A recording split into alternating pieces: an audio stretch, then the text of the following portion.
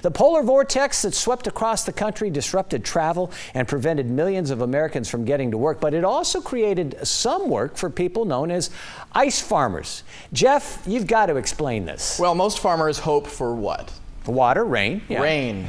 But ice farmers, the ideal conditions for them include wind, the sub-zero temperatures, the snow, and that's what this polar vortex brought. Their line of work is building ice sculptures, so their work is doing pretty good. Now take a look at this. This is just one of those ice farmers. Brent Christensen started his Ice Castles company a few years ago after spending several winters building elaborate slides and ice towers for his kids in his backyard in Utah. Eventually, he approached ski areas about building larger structures that could serve as temporary art installations and tourist attractions.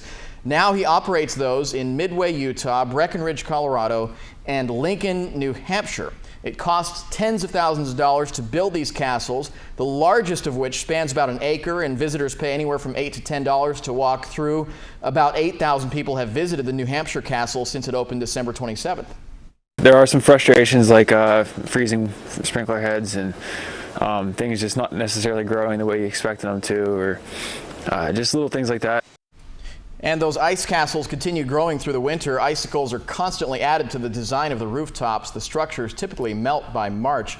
And guys, the farmers used an elaborate sprinkler display to do this. They have the sprinklers in the ground. They wait for that cold weather to hit. They activate the sprinklers, and then automatically, as the sprinklers are turning, they start forming the icicles. They're harvested, and then they're added to those rooftops. Pretty cool, right? Very cool. Well, they have got some of those ice hotels. Have you seen those before? Yeah, I have, yeah. Yep. It's kind of just a lesser scale, but if they're selling tickets, people seem to be interested. I love the lights, how they're embedded in there. So you need a bit of planning. You kind of need to know where the ice is going in order to plan ahead for that. But that is really cool, Jeff. Well, I mean, if they can create ice sculptures, maybe we can create something out of the drought, right? We wish. Not so easy.